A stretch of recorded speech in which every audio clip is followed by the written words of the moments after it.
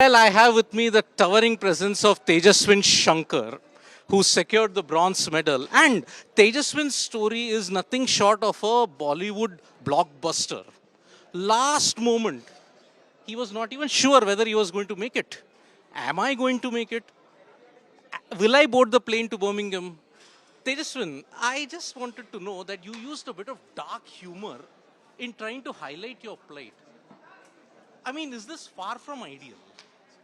I mean, for me, it's not just about the humor, but I was trying everything and anything to highlight my plight. But that being said, whatever happened happened, and it's never ideal. Such situations are not ideal. They're never good for anyone, especially the sport. But in the end, I think all that matters is we were able to bring a medal. So that's all I can say.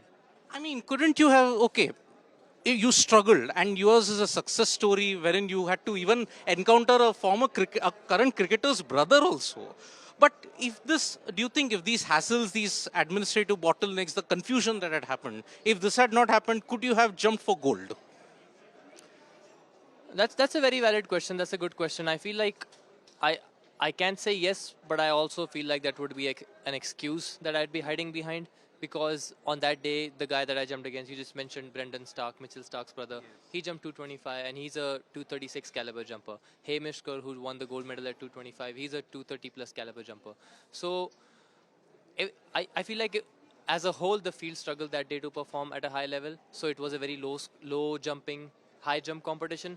But that being said, I feel like I was capable of jumping what I did that day, and I really don't have any regrets whether I could have jumped more or less. I did what I did, and I'm just extremely happy about it. With India improving on so many fronts, even in the Olympics, even in the Commonwealth, they got 61 medals. Do you think what happened with you is still a reminder that we still have a long way to go when it comes to smooth felicitation of an athlete's top performance? Because remember, as you had said, you could have jumped for gold, but unfortunately, because of this, you missed out on crucial training. You missed out on acclimatization potentially. So, what are the lessons that you will gain from 2022 Birmingham? Apart from the bronze that you won, what are the other lessons that you will take up? So all these are things that are very important, and like you said, smooth sailing and all that sort of thing. So that's really important. And like you said, I think the most important lesson for me is, or I guess for any athlete that I would say, is keep believing in yourself. And there might be a time when you might, everyone might, you might feel like nobody's believing in you or nobody's there for you.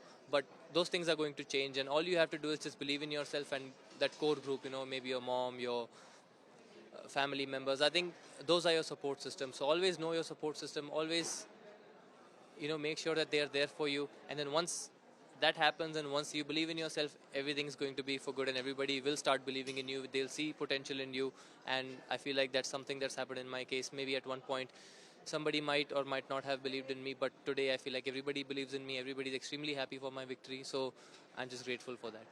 One thing is for sure, when you set social media on fire with your dark humor, is that going to continue now, even after this? Because you're now a social media sensation.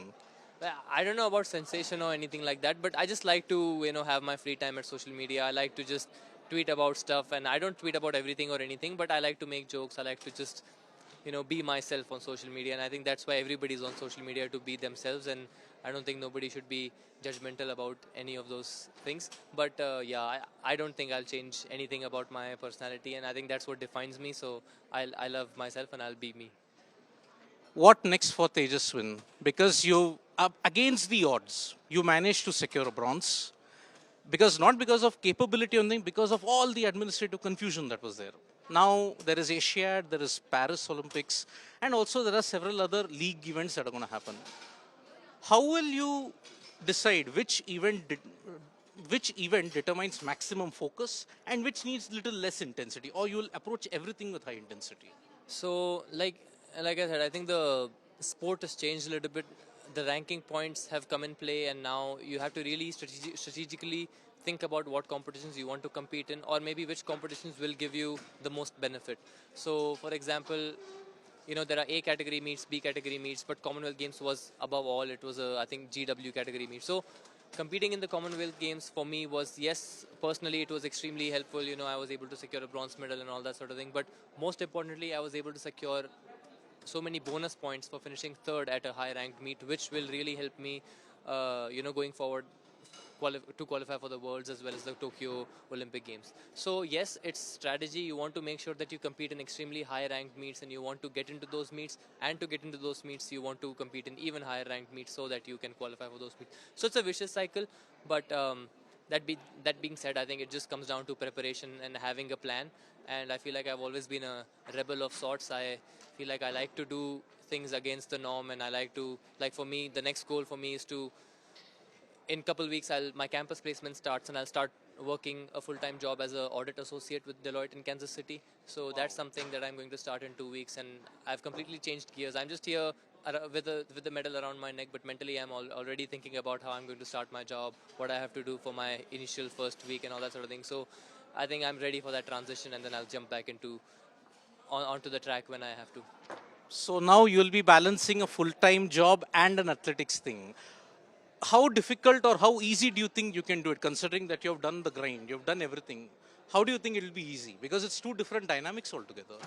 Absolutely. I think nothing's life and easy. Everything, you have to work for. And my dad always used to say that, there's one thing that you need to befriend, and that's time. So if you can make the most of time, everybody has 24 hours, but if you can, make the most of those 24 hours, then I feel like anything's possible. And I think that'll be my next challenge, to try and make time for my work, make time for sports, make time for training, and still compete at a high level while doing my best as a audit associate.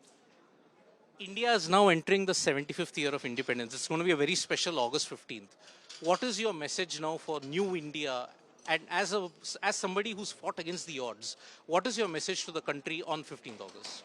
I mean, I just have to say that I think everybody should be extremely proud of the fact that, they live in a country like India, and, the history and the legacy that we have, and the opportunities that we are getting compared to our ancestors, and the facilities that we've been provided. For example, the best example that comes to my mind is this morning we were at the Prime Minister's residence, and I don't know which Prime Minister spends 1.5 to 2 hours talking to athletes, and encouraging them even before and coming back from the Commonwealth Games. So that's something that's just heartwarming, and that's something that motivates all of us.